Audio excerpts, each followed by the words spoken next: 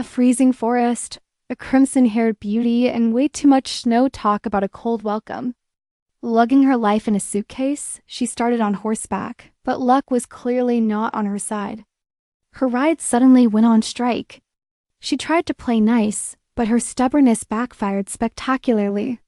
The horse ditched her. Now she's solo, trekking through the endless white powder like a tragic drama lead. As the wind howls, a mysterious mansion appears. Is this fate or just a very creepy plot convenience? Destination reached. But wait, who's that creeping behind the glass? A mysterious figure is watching her every move. A shadowy silhouette looms. Thinking it's her long-awaited contact, she marched toward her destiny with high hopes. Inside the eerie manor, she's searching for clues when a deep voice suddenly calls out her name. Lysithea, purrs the muscular hunk with black hair and cat-like yellow eyes. Descending like a predator. Total stranger danger. The deal was simple.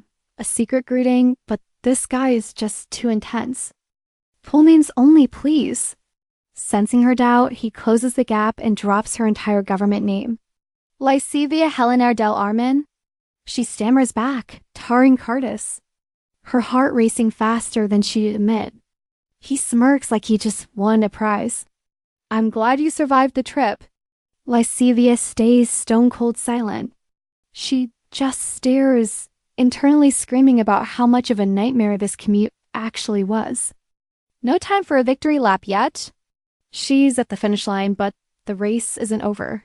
He plays the gentleman with her bags, but Terence is actually her final ticket out of his kingdom. He leads her straight to the room where he was watching her from. Coincidence? I think not. She was supposed to arrive in style on that horse, but things went south pretty quickly. He knows she didn't just fall off. She explains the horse basically staged a one-animal protest. It stopped, panicked, and bolted. Terence sighs. It probably sensed them. Sensed who? Wolves! Taran drops the bomb. Lysithea's heart dropped. She was basically a walking snack for a pack. A whole pack was nearby. Our girl is officially shook. She was literally a step away from disaster. She can't believe she missed a whole wolf den. Taran clarifies it wasn't a den, just a massive territory. This place is crawling with beasts. Panic and rage collide as she realizes she nearly became wolf chow. You're lucky. Is that your only survival skill? Taran mocks, his eyes gleaming with a strange intensity. Your luck started 2 months ago, didn't it? He's digging into her past and it's getting uncomfortable. Excuse me? Lysithea snaps back, totally offended. She worked her butt off to survive that snowy hellscape. From the capital escape to the frozen plains, she's no damsel. Taran just gives a sarcastic little shrug. Ah, good for you, he teases. Now our heroine is officially ready to throw hands. Brokers are sketchy, sure, but a wolf warning would have been nice. Is communication that hard? They arrive at her room, and she's already judging the decor. Is this a closet? She asks, hoping for an upgrade. Taran's customer service is basically zero. They're all this size. Want more space? Try the lobby couch. Wow, what a hospitable host. Ignoring his sass, she slams the curtain shut. Afraid of the light? Taran teases, watching her closely. I'm a fugitive, remember? She snaps. But suddenly, he's closing the distance, stepping way too close. He looms behind her, peeling back the curtain. Fugitive or not, he whispers, you need a view. Leave a crack open, he suggests. Now she's literally trapped between his arms and the wall. Pressed against his chest, she breathes, why? Because you can't see the monsters in total darkness. He smirks, leaning in until his breath tickles her ear. The tension is absolutely electric. You won't be escaping anyway, he whispers. She tries to keep her cool, but she's trembling. What do you mean? She asks. Exactly what you think, he answers smoothly. I heard a juicy story recently. I'll tell you once you've settled in, Taran teases, exiting. He turns to leave, but she stops him. If it's important, she needs the tea right now. He turns back, his face turning deadly serious. There's a ghost haunting this mansion. A cold shiver hits her like a truck. All the color drains from her face ghosts. Seriously? A ghost? What on earth do you mean by that? She demands, but Terence just gives her a mysterious, annoying smirk. He tells her to get comfy while he whips up dinner. Our girl is seriously questioning her choice of broker right now. Terence is clearly just trying to stress her out. And that sneaky hug earlier? Lysithea lets out a heavy, frustrated sigh. She's convinced he's just playing with her heart. Terence serves dinner, still teasing poor Lysithea with every playful word. Talk about fine dining, it is a tiny, sad, and slightly charcoal-flavored meal. Sarcastic presentation included for free. Lysithea stares at the burnt offering with pure sadness. The old noble her would have never touched this food. But life as a fugitive is a brutal reality check. 2 months on the run changes a girl's standards fast. She grabs her fork, survival instinct finally kicking in. At this point, she just needs to stay alive. She hired him to save her, so she bites her tongue before taking the first miserable spoonful of dinner. Terence is staring at her like she's some rare museum painting. Do you need something? She asks, feeling awkward. Up close, you really do have that noble glow, he says, delicately dabbing her mouth with a napkin. How smooth. That is exactly the problem. She snaps. Lysithea Hillianaire del Armin, the legendary crown jewel of high society. She's the famous Scarlet Maiden with hair brighter than rubies. Even the commoners know her nickname. I lost count of how many times I was spotted because of this hair, she recalls, mourning her lost anonymity. Back during her escape, masked men were literally screaming to find the redhead everywhere she turned. You could have just quit being a noble, Terence quips. Lysithea shoots him a worried look. If only it were that easy. As Prince Jade's fiancée, she never expected a sudden revolution to crash her fairy tale life, so violently. She sighs, realizing she was probably a total headache for her parents. A tiny, wicked smile escapes her lips. Terence nods like he cares, then drops a bomb. So, how are your parents and that fiancé doing these days? Lysithea freezes, her face twisted in pain. She remembers her family and fiancé who were all killed in the uprising. Irritated and heartbroken, she glares at him. Is this some kind of interrogation, or are you just being a jerk? He just smiles, just curious. Why? I am nobody to you. I will be gone in a few days anyway. She snaps. She is fuming. Is that the reason you braved the frozen plains, just to find some warm water? Trying to flee the kingdom after the snow clears? Terence asks, already 5 steps ahead of her escape plan.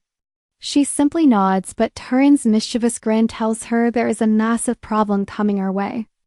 The sea is freezing over this winter, he notes. It is way more intense than usual this year. He predicts no ships will move in 3 days. Lysithea pales. If he's right, her escape plan just iced over. Then we cannot just sit here talking. She leaps up, panic setting in. We need to hit the port right now. He stays cool. Impossible. Thanks to your little mishap. We only have 1 horse available for the trip. Without it, she is lost. And the poor animal will not survive 2 riders on such a brutal journey. Walking is a death sentence.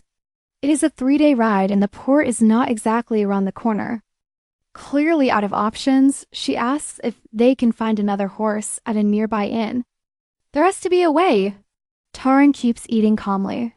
The nearest inn is a 2-day trip. Round trip, that is 4 days gone. Add 3 more days to reach the port, and she is looking at 5 days minimum. By then, it is over. Every ship will be stuck in ice. Unless you want to try walking on the frozen water, he teases. Sneaking onto a ship is officially off the table. Lysithea trembles, her fist clenched tight in total frustration. Furious, she explodes at him. Why didn't you tell me this sooner? After everything she went through to get here, she could have chased her horse. Taran, looking totally stuffed and unbothered, says that was impossible in a blizzard. Besides, he adds, you're not the only one in a tight spot here. He's in a complicated situation too. Wait, there is more. She groans, leaning against the table. What could possibly be worse than the sea freezing?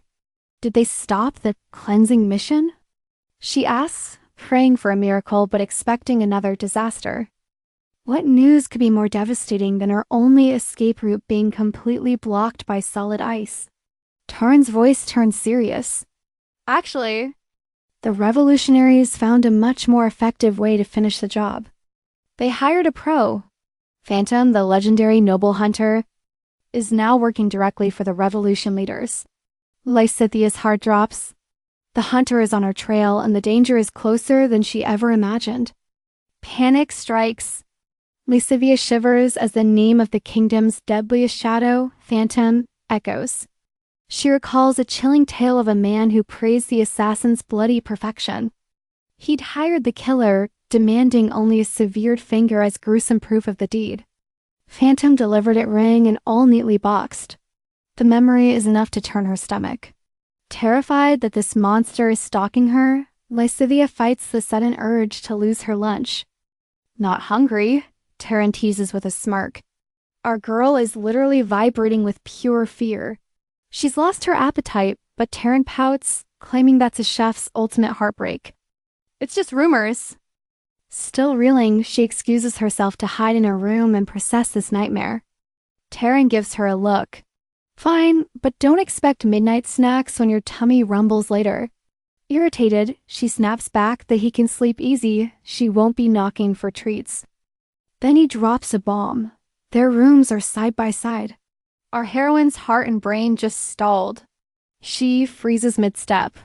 Silence fills the air as her brain short-circuits at the news. It's for your safety, he purrs. I can protect you if our mystery killer visits. How heroic, she says dryly. He leans in close, dropping the playful act for a moment. Just behave and we'll have a quiet night, he whispers, his aura shifting from tease to intense. He laughs, suddenly relaxed again. Just don't wake me. A guy needs his beauty sleep. She promises to be quiet, but finds herself checking out his surprisingly broad, sturdy shoulders. Wow, he's fit. She realizes he's definitely had some high-level combat training in his past. He's a perfect shield, but a terrifying enemy. One wrong move and she'd be totally doomed. Stepping back, she asks for a map. She needs an escape plan, and she needs it now. He points to a table. Grab that one. Time to plot a survival route, girl. With the port frozen, she must find a new path. But wait, what's that in the corner? Dark red stains mark the paper. Is that a wine spill? Or something much more sinister? She shakes it off. Surely he just spilled some sauce while whipping up a meal, right? Map in hand, she heads out. Terence follows, asking if she's heard about the mansion's ghost. She scoffs. He's obviously just trying to scare her for his own twisted amusement. Cut to midnight. Wood crackles in the hearth as she sleeps. But then strange moans begin. The whispers turn into chilling screams. Lysithea bolts upright, her heart hammering against her ribs. Is that the wind? No, it sounds like someone is weeping in total agony nearby. Her blood runs cold. Was Terence actually serious about the ghost haunting these halls? Curiosity beats her fear. She creeps out, peeking into the hallway like a horror movie extra. My dear protagonist, rule number 1, never check the scary noise alone. It's a death trap. The dark hall glows under the moon, but those ghostly wails only get louder and louder. Nobody is there. The empty corridor is soul-chilling as the screams echo through the stone. Panic sets in. She dashes to Terence's door, her voice cracking as she begs for help. No answer. She tries the handle, but the door is bolted tight. He's totally locked her out. He really meant it about the beauty sleep. She's officially on her own in this nightmare. She bolts back to her room, diving under the blankets like they're a magical shield. Even with her ears covered, those wretched screams pierce through the darkness. There's no escape. The haunting cries continue all night long. Someone or something is definitely in this house. Sleep is impossible. Every time she drifts off, a new howl jerks her back to reality. Morning arrives and Lysithea looks like a total zombie. Terence serves breakfast with a smirk. "Rough night?" he asks. She demands to know if another guest is hiding in the shadows. He looks offended. "Just us two, babe." A broker's secret is his best weapon, after all. He flashes a dazzling, suspicious grin. But that smile doesn't reach his eyes at all. Terence teases that she might have already met the local ghost. He leans in. Lysithea snaps that ghosts are merely childish fairy tales. She calls him absurd. Terence shrugs. The odds are actually quite high. In this dark manor, a spirit is likely given its history. He explains that a century ago, a dealer named Kingpin lived here. He threw wild parties until meeting a sudden, grisly end. Slain by a vengeful enemy, the mansion was left to rot. "That's my story," Terence grins, hands on hips, looking quite proud. Lysithea stares back, totally unimpressed by his spooky little tall tale. Chuckling, Terence argues that with such a grim, bloody history, it would not be weird if a few ghosts were trapped forever. Skeptical? She scoffs. Terence just crosses his arms with a smirk. He proposes a bet. "Aren't we too old for games?" She asks. With eyes sparkling, Terence gambles his entire paycheck on the ghost. Lysithea jumps. "I'm serious. There is definitely a ghost in here. If I lose, I will help you escape for $0, he says. Intrigued, she wonders if he's a gambling addict for risking everything. Our protagonist looks bored, asking what he gets if he wins. Simple, you pay my fee plus a very spicy extra bonus. Innocently, she claims she is broke. She looks at him with suspicion. It is weird he would risk a fortune. Terence quickly reassures her. He says it is just to kill time during this snowy blizzard. She agrees, confident she will not lose to a non-existent ghost. Terence extends his hand to seal the bet until they escape. The mansion bet is on. She reaches out, but briefly hesitates. He suddenly grabs her hand. His masculine strength totally impresses her. She feels flustered. That night, screams echo through the halls again. Trembling in bed, she refuses to believe the moans are supernatural. She is convinced it is a trick to win. "Fed up," she acts. She gets up, but a loud thud suddenly shakes the room. The moans stop. Suddenly, heavy footsteps approach her bedroom door. She listens closely. The sound of boots grows terrifyingly loud. Panic strikes. She frantically dives into her small travel bag. After a quick search, she pulls out a small silver pistol. Shaking with fear, she heads out. The footsteps suddenly vanish. A nearby door slams. She rushes into the hallway, gun raised. She aims at the shadows, finding Terence with a flickering lantern. Stunned, she watches him laugh at her dramatic warrior stance. "Where did you get a gun?" She blushes, admitting her intruder fear. Terence was just patrolling. He sees she is on the verge of tears. "Does fear keep you awake?" He teases, making her face red. She huffs about safety. Terence stares at her in heavy silence. He unloads her gun, telling her not to charge out alone. "Ambush them instead. Are you really that scared of the phantom?" He steps closer, suggesting she just stay in his room tonight. Shocked by Terence's invitation, she recalls the creeps from her past. They all had that same look. Eyes hungry with unspeakable desires, yet Terence's gaze feels different. She begins to wonder. What is his true motive?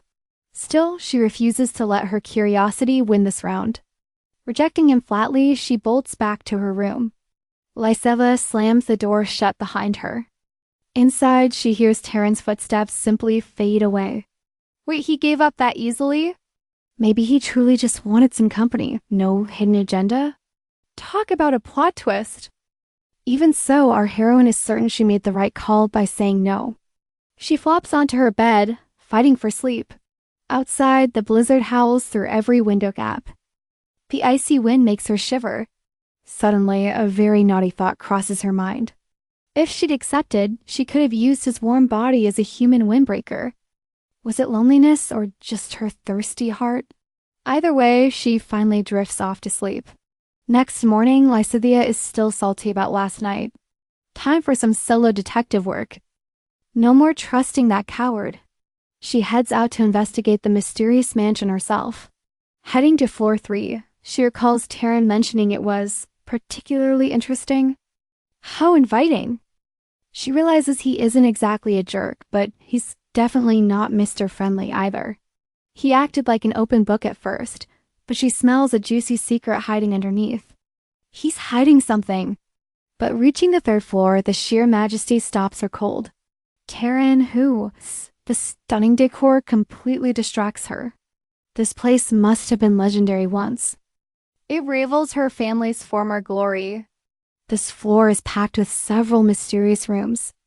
She wanders the hallways until she finds a cozy little library tucked away on the west side. Clumsy as ever, she knocks a book down. Oops, might as well see what it is. A guide to medicinal herbs? Interesting. This is going straight into her to-read pile. Boredom strikes, so she keeps exploring. She finds a mysterious room on the east side. Opening it, she gasps. Dozens of shattered mirrors reflect her terrified face back at her. She stumbles back, horrified. Who keeps a room full of broken glass? Seriously creepy vibes. Her bad feeling radar is screaming. She nopes out of there toward the final room. But the next room is even worse. Forget mirrors, this is some high-level nightmare fuel. She's heard of noble hobbies, but a literal torture chamber? That is way too much. While vowing never to return, a sharp scratching sound shatters the silence. Heart meet throat. Pure panic sets in. She stares at the floor. Did that noise come from below? Then something scratches right under her foot. Her soul practically leaves her body. She runs for her life. It's a full-on sprint out of that house of horrors. Downstairs, Terence spots his guest pulling a world-class Olympic dash. Seeing him is like finding an oasis. She shouts his name and lunges forward. She practically tackles him. Terence looks confused but wraps his arms around her protectively. He pulls her into a warm hug, trying to soothe her panicked heart. What happened? Tearfully, she insists they aren't alone. I heard scratching under the floorboards. She cries. With a calm, serious face, he insists it's just the two of them. Totally normal. But she saw what she saw. There's definitely someone or something lurking in the shadows. Terence smirks sarcastically. Oh, in that case, it must be a ghost then. Irritated, she snaps back. Those were human sounds. Terence just laughs it off as imagination. It's just the wind, he claims. Snowstorms can sound like the cries of women. It wasn't the wind, she huffs, cooling down slightly. Terence just shakes his head. It's always quiet during my rounds. No screams, no scratching. Lysithea bites her lip, unconvinced. Was she really just hallucinating? As she doubts her sanity, Terence slowly steps closer. He gently checks her temperature, his gaze melting with concern for her health. Haunted by her vision, Lysithea shoves the Duke aside and sprints for her life. Terence pursues with questions, but she snaps back, desperate to be left in isolation. Safe behind locked doors, she shivers. Why can't he hear those bone-chilling cries for help? As she questions her sanity in the darkness, a shadowy baritone pierces her fragile peace. Obey if you value your life, my lady. A menacing figure looms over her now. He crowds her space aggressively, but our heroine strikes back, demanding he back away immediately. Out comes the blade! He sneers as her resistance falters, mocking her with every heavy breath. Look at the fallen noblewoman. Witness the crushing might of the revolution, he spits coldly. As tears blur her vision, the arrogant villain closes in, savoring his hollow moment of victory. A thunderous crack! A body hits the mattress as her frantic gasps turn into gut-wrenching sobs. Clenching a smoking gun with bloodied fingers, Her instinct to survive finally overrides her fear. She actually pulled the trigger. Stunned by her own violence, she lunges toward the exit door. She vanishes into the midnight gloom, fleeing until her lungs burn with icy winter air. Spent and broken, she hears steps. Could it be Terence or something far more sinister? Panic surges. She bolts toward the looming manor, seeking sanctuary within its cold stone walls. She hammers on Terence's door, begging for the man to save her from this madness. That's when she spots him, the mysterious silhouette from the window watching her every frantic move. A twisted Terence smirks, mocking her fate as she desperately pleads for any shred of mercy. "Destiny calls," he whispers, his visage warping back into the handsome, yet eerie, real Terence. With a chilling grin, he abandons her. She cries out, begging him not to disappear again. Slumped against the wood as snow blankets her, she stares blankly at the ground, utterly defeated. Hope dies as the world warps around her, accompanied by the strange, rhythmic echo of water. He's leaving me to die. That terrifying realization finally snaps her back to the waking world. Was it all a nightmare? She wakes up drenched in sweat and shivering from internal ice. Seeking solace from the horror, she crawls toward the fireplace, desperate for even a little warmth. Those sweat-soaked garments have to go. As she disrobes, she cautiously inspects every corner for danger. Her eyes land on a basin and towel. Did a certain someone visit her while she slept? Did he see me weeping in my sleep? She wonders, her cheeks flushing with sudden embarrassment. Shaking off the awkwardness, she decides to freshen up and wash away the remnants of her dream. Just as she's cleaning up, a piercing shriek shatters the silence. Our girl is on high alert. She bolts the door. Those were definitely human screams. And that's 10 times scarier than any ghost. She remembers his invitation to stay the night, but she fights the urge to run to him. A proper noblewoman doesn't just barge into a man's bedroom at midnight, no matter the danger. Plus, his loyalty is bought and paid for. He's a mercenary, not her knight in shining armor. Sleep is impossible when every closed eye brings back the haunting echoes of those agonizing screams. Trapped in a loop of trauma, her past refuses to stay buried. She has to get out.